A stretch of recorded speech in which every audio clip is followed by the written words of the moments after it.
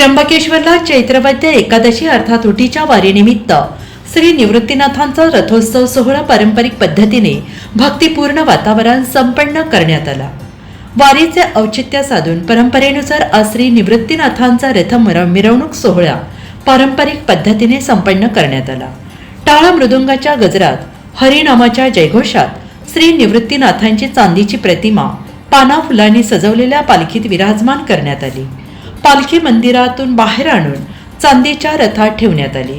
रथ पानाफुलांनी सजवून त्यावर नेत्रदीपक विद्युत रोषणाई करण्यात आली होती। रथाला बैलजोडी जोडून रथाची पूजा करण्यात आली। रथ मंदिरासमोर हल्ला, सर्वात पुढे झेंडेकरी, त्यामागे डोक्यावर तुळशी वृंदावन घेतलेल्या महिला, विणेकरी, टाळकरी, पखवाजवादक, संस्थांचे विश्वस्त, दिंड्याचे मानकरी, नामवंत कीर्तनकार आणि त्यामागे नाथांचा रथ, रथामागे भाविक असा सर्व लवाजमा निघाला।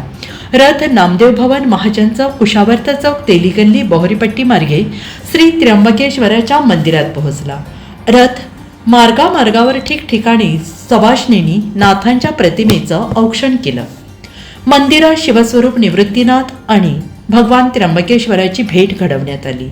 नाथांची मूर्ती काही वेळ पिंडीवर आणि सभामंडपातील कासवावर विराजमान करण्यात आली।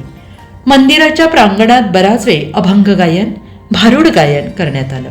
कुशावर्तावर नाथांच्या पादुकांना स्नान घातलं गेलं। पवित्र गोदामाईला वंदन करून निवृत्तीनाथ मंदिरात येण्यात आलं। रात्री कीर्तनाचा कार्यक्रम संपन्न झाला।